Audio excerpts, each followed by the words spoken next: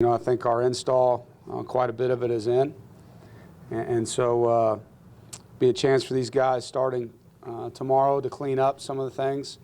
You're kind of looking at different things. We have some players that have been in our system going on 3 and 4 years that now are it's very routine.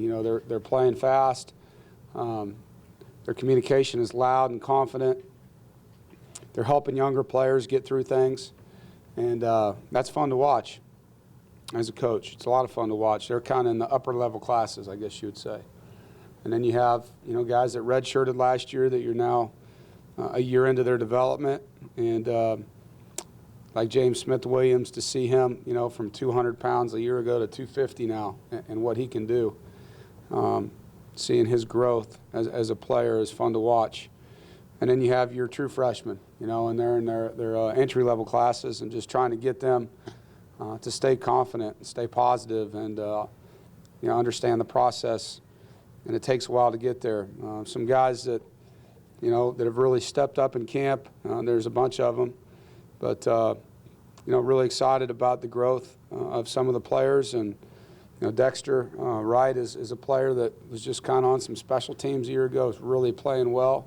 Excited about what he's doing and the depth that we've created, particularly at safety. When you look at Josh Jones with Dexter behind him and Isaiah Stallings, there's 3 long guys that can run and catch the football and make plays in space. And you have Sean Boone, who's been healthy and consistent at strong safety. And to watch him, run around and then he comes out of the game and you're replacing, him with guys that can make plays for you as well. And Tim Glass, who's a freshman strong safety, has done some good things there. Nick McLeod out of the freshman corners is probably standing out the most.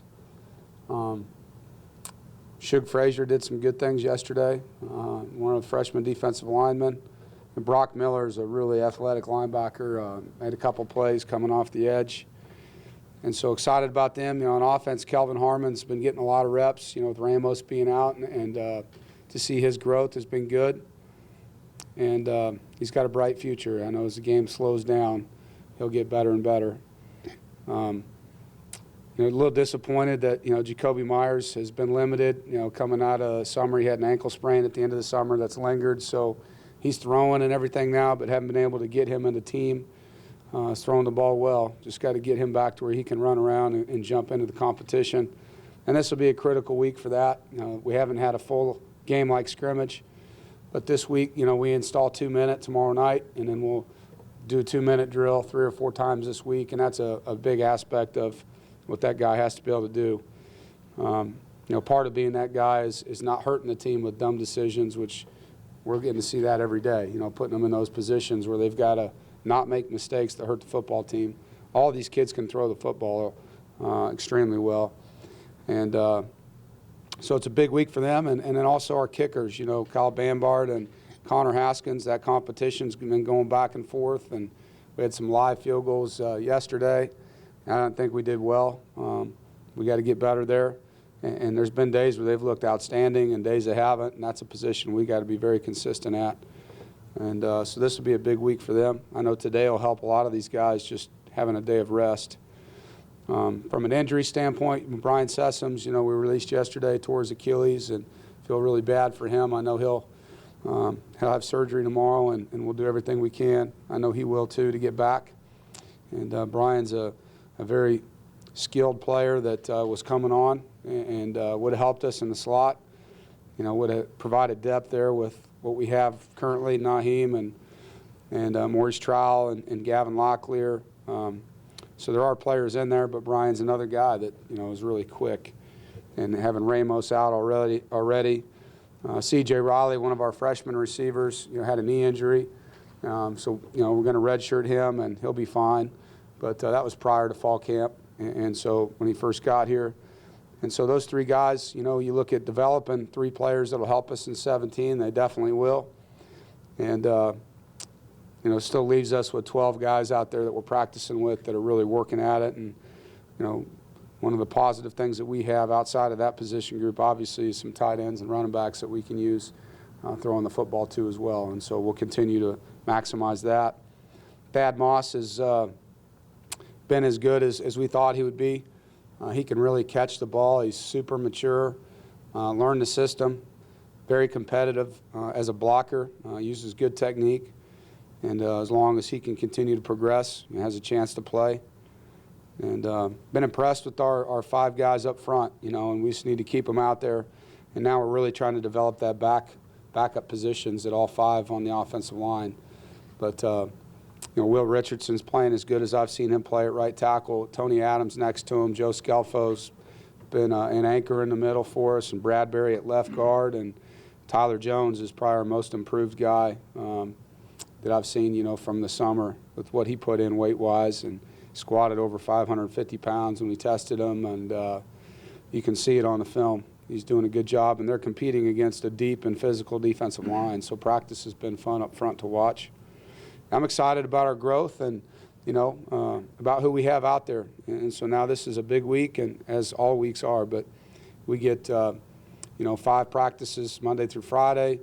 We'll have walkthroughs or run-throughs each night where we're working on situations and teaching, different points of the game. How do you handle this? Mayday field goal, last plays of the game, second to last plays of the game, clock management situations, a lot of football IQ stuff.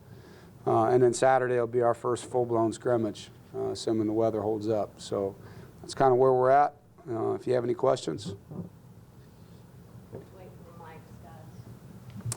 Joe?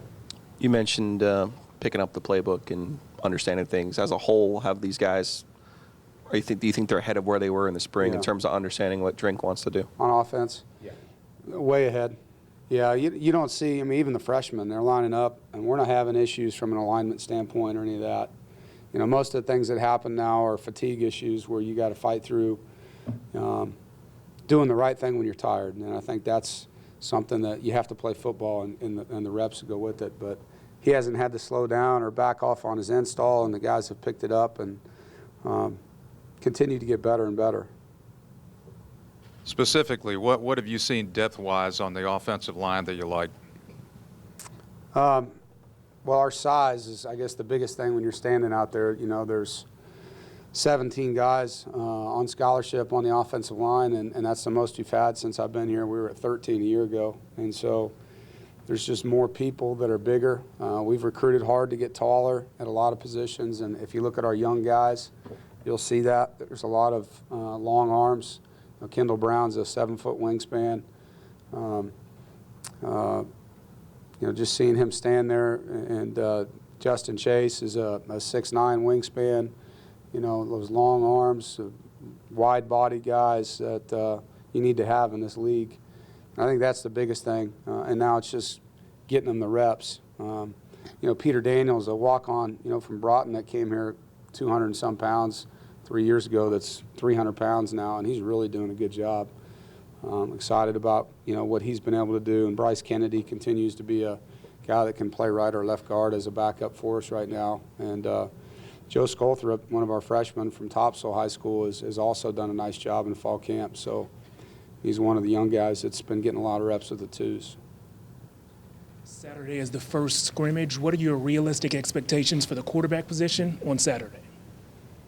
I hope that they play really well. I don't know how the defense feels about that.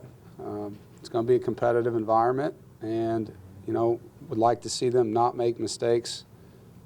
First and foremost, manage the game. Take what's there. Coach Drinkwitz has a saying to those guys, you can't go broke taking a profit, which means throw it to the guy that's open and don't wait on somebody that's not. Just taking what's there. Creating the plays that they're capable of creating for us, and managing the other 10 guys on the field. Getting them in and out of the right things and the tempo that goes with it. Each one of them will probably have a bad play or two somewhere along the lines, and how do they bounce back from that play? That's kind of what we're looking at. Obviously, if a guy's open and they see him, putting it on him. But, that's something we expect all the time. How's Johnny Frazier looking? He's had his best week since we've been here, and just been really focused. He's shown up every day with the same attitude, and been very coachable. He's working hard, and if he keeps doing that, I'm excited about what he can do. You know, he's just got to every day show up and, you know, control what he can control and keep his focus where he wants it to be. And I've been impressed with what he's done. He's got a lot of work to do, obviously, but from where he was a year ago to now, it's much different. We'll continue to write about the quarterbacks. That's what we do. But is it fair to say that Matt and Jalen and Naheem, I mean, they're the guys who are going to drive the bus this year, right? Is it almost like you're saying, you need the quarterback not to make mistakes, Don't manage the screw it team, up. get the ball to them? That's right. Don't screw it up. You know, a year from now, we'll have a 2-year starter at that position. Right now, it's there's some talented dudes around our quarterback, and our front five, if we can keep them healthy, they're physical and they're athletic. So, you know, I mean, you're sitting there with Cole Cook and Jalen Samuels and Farrell McKeever and Thad Moss at tight end, and you know, you have Matt Days and DeQuay Nichols and Johnny Frazier and Reggie Gillespie at running back. And you know, the biggest thing, you know, outside of Steph and Braylon and Naheem and Trowell is just getting some more younger players at receiver to help them. But, you know, coach is going to have, right now you're kind of installing things, and so you're making sure you got the plays you need. But obviously the focus will be the guys that can make the plays when the ball's in their hands, and the quarterback needs to understand how to get it to them. Dave, I guess you hadn't seen Stallings on the field at the kickoff, so you weren't sure if he could contribute this year. But have you seen enough that he might be able to help you? Yeah. You know, Isaiah is really good in space. He's long, covers a lot of ground. Like a lot of freshmen, he's not super strong yet, you know, and so the biggest thing will just be the special teams, because he could play on special teams right now. Is there someone that could do what he could do so that we can develop him? Because, you know, there is a difference between where he's at and where Josh Jones and Sean Boone are at, you know what I mean, from a mental standpoint. But he's a talented young man. He got a 4.0 in summer school. He works hard. He's got a great attitude. He's 6'4", 210 pounds, you know, so I'm really excited about his future. I told all the freshmen the other night, you know, just be patient and do everything you can with the reps you get. And, you know, we'll know a lot probably in 7 days. Have the injuries at wide receiver affected your plans for Naheem at all, or is he still kind of splitting between running back and wide out? We had him in the slot when we started camp. Obviously, he'll stay there, especially with Brian Sessoms, you know, being out. But Naheem is being cross-trained to be in the backfield so that we can do things with him back there as well, because there's some things in the backfield he's really good at. And so, you know, I think, again, it just goes back to making sure that him and Jalen Samuels have enough knowledge in and out of the backfield where we can utilize and get them the football when we want to.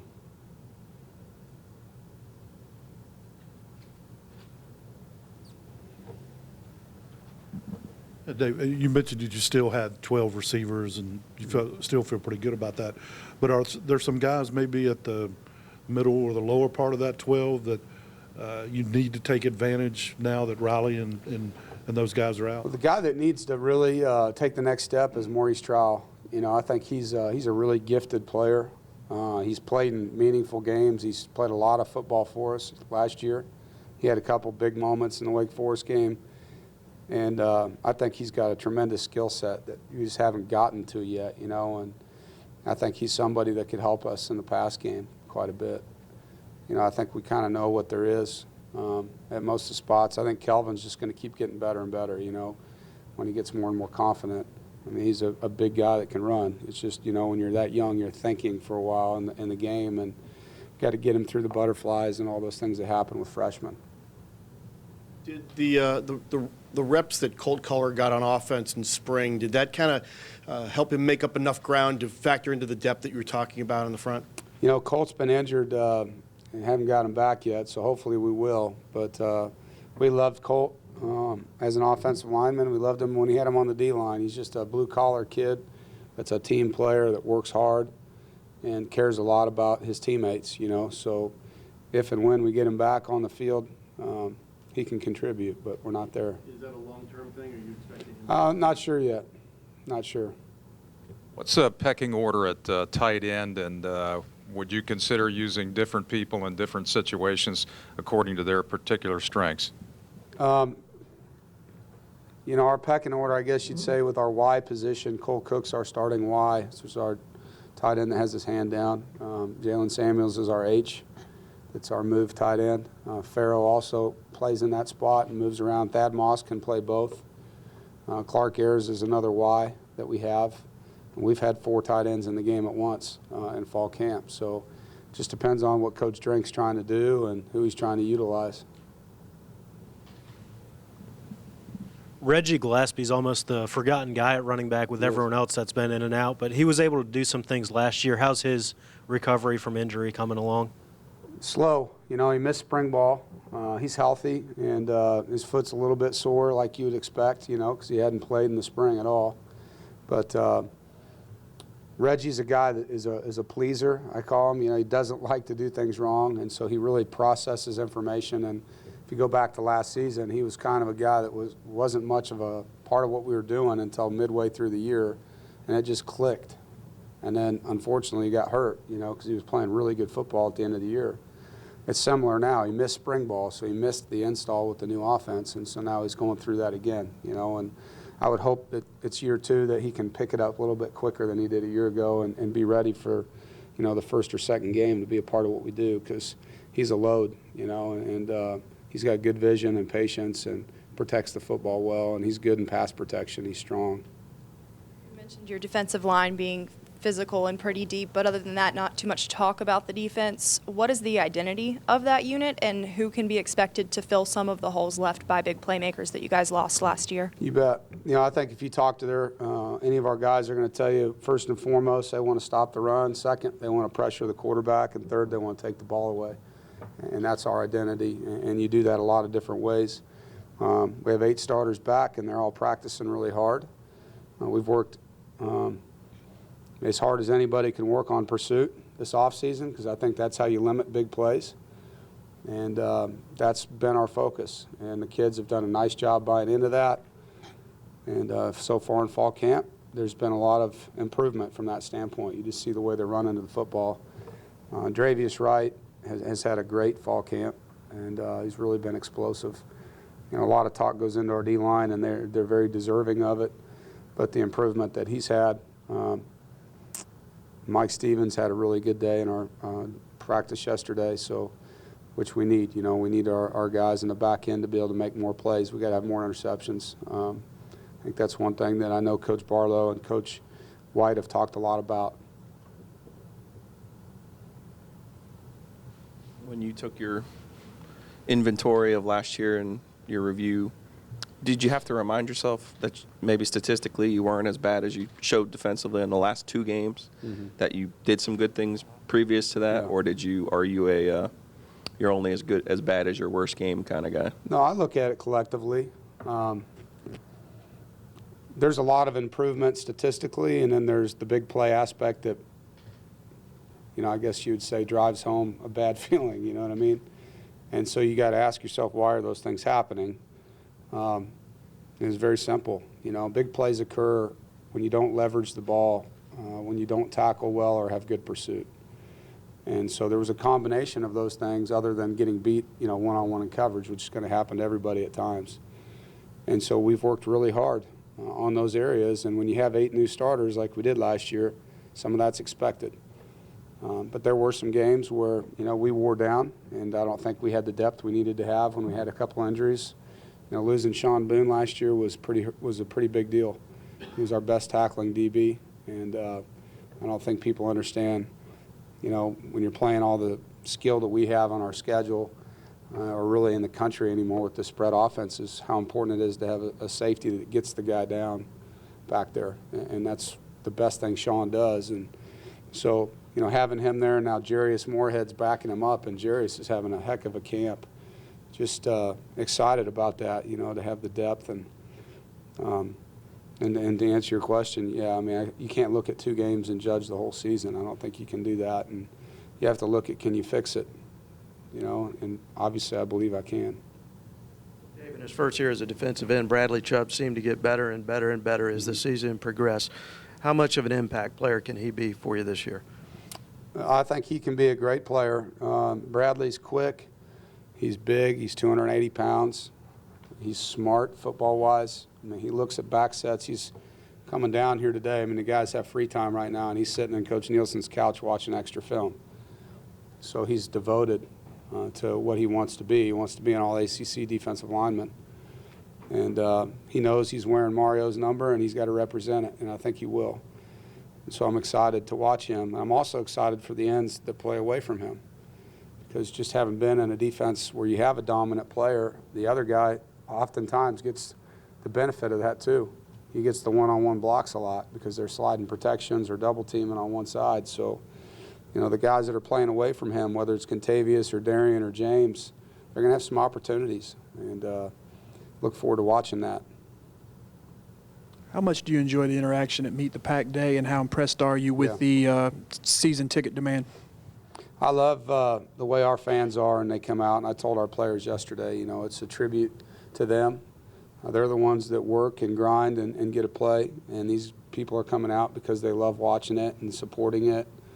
And I think it's a good day for our guys. You know, I think it gives them an in-person reminder of how much people care about what they're doing.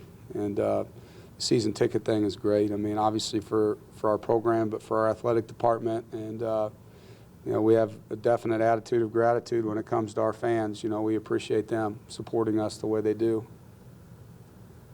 What are Ryan Finley's strengths? Ryan is very intelligent, you know, to be able to graduate in a business school like he did in 3 years. He's played. He's won a job before and played and won games as a starter. So his experience going through that, you know, obviously sitting in a meeting room with Coach Drink for a year, even though he didn't play the whole year because he was injured. But he knows how he calls plays, and he knows how his brain works and how he's going to treat them. Those are things that obviously he's the only one that can say he's done that on our team, right? So that's a strength. As a person, I know he came into a locker room as a transfer and just jumped right in with the guys and respected them and worked hard with them, and I respect him for that, because sometimes the transfers come in and want to act like they know everything, and he didn't. He blended right in with the team, and, you know, I applaud him for that. You said Jarius Moorhead has had a real good camp. What specifically has he done? Jarius is a kid that understands football and shows it on the field. He sees things and reacts to them in a way that you really can't coach his instincts. You know, he knows where to be. He doesn't make many mistakes. He's on our punt team starting for us on that unit. If you look at every one of our special teams depth charts, you'll find him, you know, which means the coaches trust him. And so I think those are all things that make me excited as a head coach to know that I have a redshirt freshman that everybody feels that way about. And now, you know, I'm excited for him because he spent a year really working at it in the weight room. I think a lot of times the quarterback kind of emerges as a leader on offense just by default. He's Right. the starting quarterback. When you have a battle going on at that position, do other guys need to step up, or is it shared between the quarterbacks? How's that been working in camp so far? You know, I think on offense, more than defense, you know, 11 guys have to do it right for the play to work. You could get beat in coverage, and a D lineman beats the tackle and hits the quarterback, and no one knows you were beat, right? But no matter what happens, if somebody gets beat up front, the play usually doesn't work. You know, it just doesn't. And so it's 11 guys working together, and I think with that comes the shared leadership aspect of what you're talking about. You know, I think Matt Days does a really good job in a quiet way of leading. Cole Cook has been vocal when it comes to what he expects those guys to do. Garrett Bradbury and Tony Adams have done a nice job in the offensive line room. You know, at receiver, there's a lot of guys in there. You know, Braylon doesn't talk a lot, but he works so hard. You know, and the guys see that. I think Steph is a good vocal guy in that room. So there's different aspects of the offense that have embraced that. It'll be fun to see, you know, as this week continues, who starts to emerge in that way in the quarterback room, because right now they're kind of have their head in the sand grinding on what they got to get done, you know.